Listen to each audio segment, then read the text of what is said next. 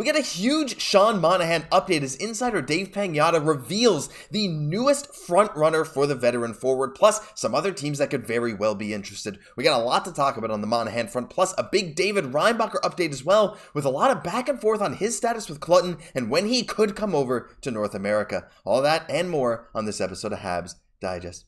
But Jesse, first we got to talk a bit about Emil Heineman and a move the Habs made today, and that is the fact that they sent Emil Heineman, loaned him back to the Laval Rocket, and this was sort of expected, of course, with Raphael Harvey-Pinard being fully healthy, ready to go, and Tanner Pearson being on the horizon as well.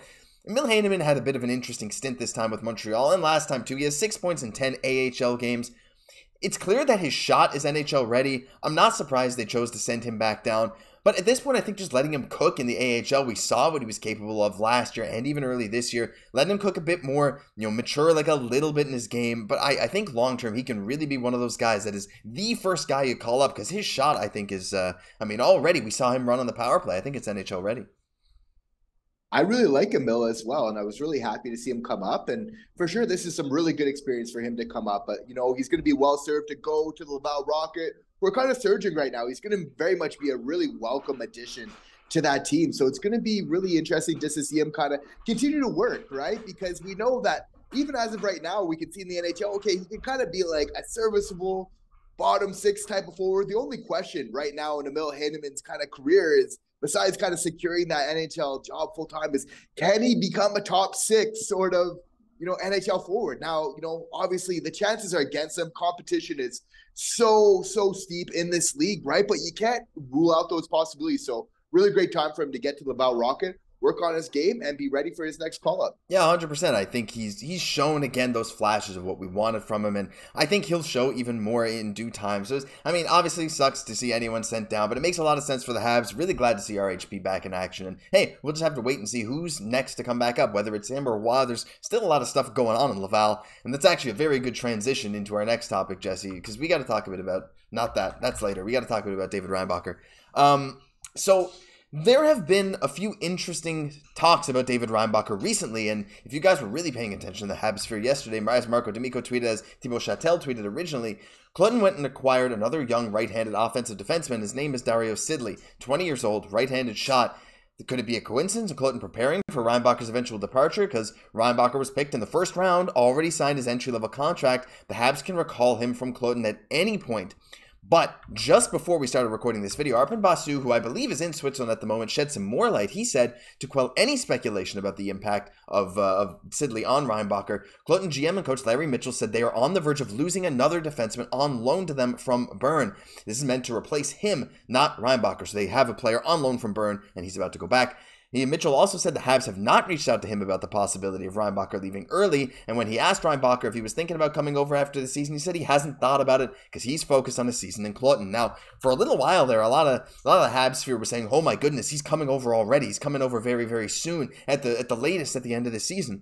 But Jesse, it's a bit of an interesting response saying, I'm sure he has thought about it, but to say I haven't really thought about it, I'm working on Clutton right now.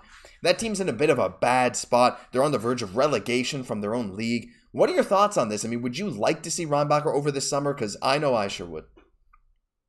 Many Habs fans definitely would like to see Reinbacher in North America very soon, whether it's with Laval, the Montreal Canadiens. But I think he's good over in Europe for right now. We already have like a former first-round pick, not selected by us and Nicolas Beaudet, but in the organization, right, who's already looking elsewhere for ice time in Laval. So we know, like, over there, for sure, it's not the ideal situation. And Cloden didn't get off to the best start. Their coach was fired early in the season and everything else like that. But, we know with Laval or with the Canadiens, we're a stack for defense right now. So anywhere where he can just be getting solid playing time is really what it's all about. Kind of slow and steady for our development, not just with, like, the team's rebuild, but I believe also with just our player development is really going to kind of serve us well in the long run. But we are totally fair to bring this up because, as soon as David Reinbacher sees Lane Hudson in a Habs jersey, by the end of this season, he's going to be itching. He's going to be like, that's my buddy. I want to go play with him. That's my partner right here. And he's going to be making his moves to get over to North America, and I cannot wait to see him. Oh, me neither. I mean, that bromance, as we talked about a couple of videos ago, that's something that's budding right now. I can't wait to see Lane Hutson and Reinbacher together. And I think you're right. I think there's a world where he comes over definitely this summer for the start of next season. Again, whether he starts in Laval or with the Habs, it's yet to be seen. But you know that they prioritize him. We'll definitely see him in camp. We'll definitely see him over the summer in the Young Stars Showcase. So really, really pumped to see David Reinbacher. Hopefully all goes well for him and Clutton the rest of the way this season. The final thing we got to talk about is the thing I accidentally teased earlier, but that's Sean Monahan. And I know we talked about Sean Monahan yesterday, but we got some more stuff come out very recently about some new teams and maybe some teams that we've heard before about, who could maybe be interested and who could take him. And Dave Pagnotta kind of revealed a team that sure seems like the front runner at the moment. Now, he said obviously the Habs are expected to be active. It's well known they're willing to trade Jake Allen. But moving Allen could come after the Habs ship out center Sean Monahan, who's currently on an expiring contract again. Very, very small contract as well, very movable. But he said several teams have been looking to add centers. We talk about the Avalanche, the Oilers, the Jets, the Bruins, the Capitals, the Hurricanes, and we've talked a lot about a lot of these teams like the Bruins, Jets, Oilers, and Avs in previous Monahan videos. But he said that on Jets at Noon on CJOB in Winnipeg, this was yesterday, so not earlier today, earlier yesterday, Dave Pagnotta from the fourth period indicated that the Jets are among the teams interested in Monahan. And last month, he reported the Habs would circle back about his future, could explore a new deal. But it seems like now, after the Darren Dreger report of yesterday, seems surely that Sean Monahan's going to be on the move. The final thing he said is worth noting that the Jets had 2 scouts last night for the Montreal versus San Jose game. And Jesse, you gotta think that they are there watching Sean Monahan. In my mind, I think they were the clear front runners at this point. Of course, they brought in some guys from that LA Kings Pierre-Luc Dubois trade. If Velarde can play a bit of center, of course. He plays a good bit of center, I believe, for them. I'm not totally sure. Scheifele a center, Adam Lowry down the middle. But to add Monahan to that top set of players for the team that's already first in the NHL at that price tag, I mean, if I'm the Jets, I'm probably salivating at adding Sean Monahan to their lineup.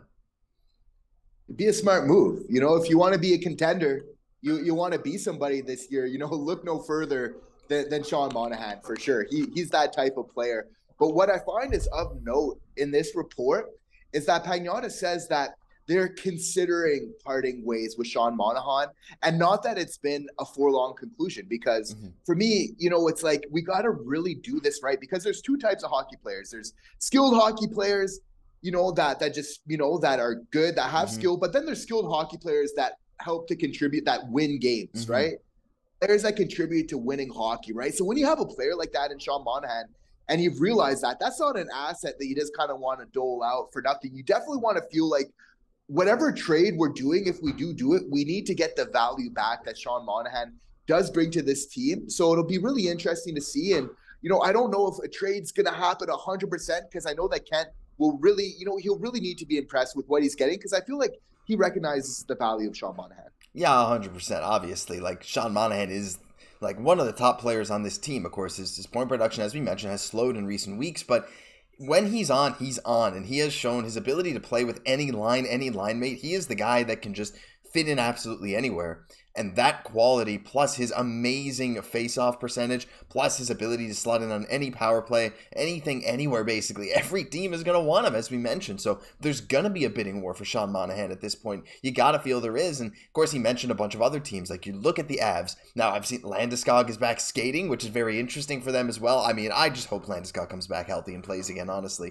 But to hear that he's skating again, maybe could be back for the playoffs, because I think the report is that he's out for the regular season. But anyway, and a team like the Bruins as well, who's still near the top of the standings, I think maybe even at right now. But these teams are all going to want him. So if you want Monahan, you're going to have to pay a premium for him.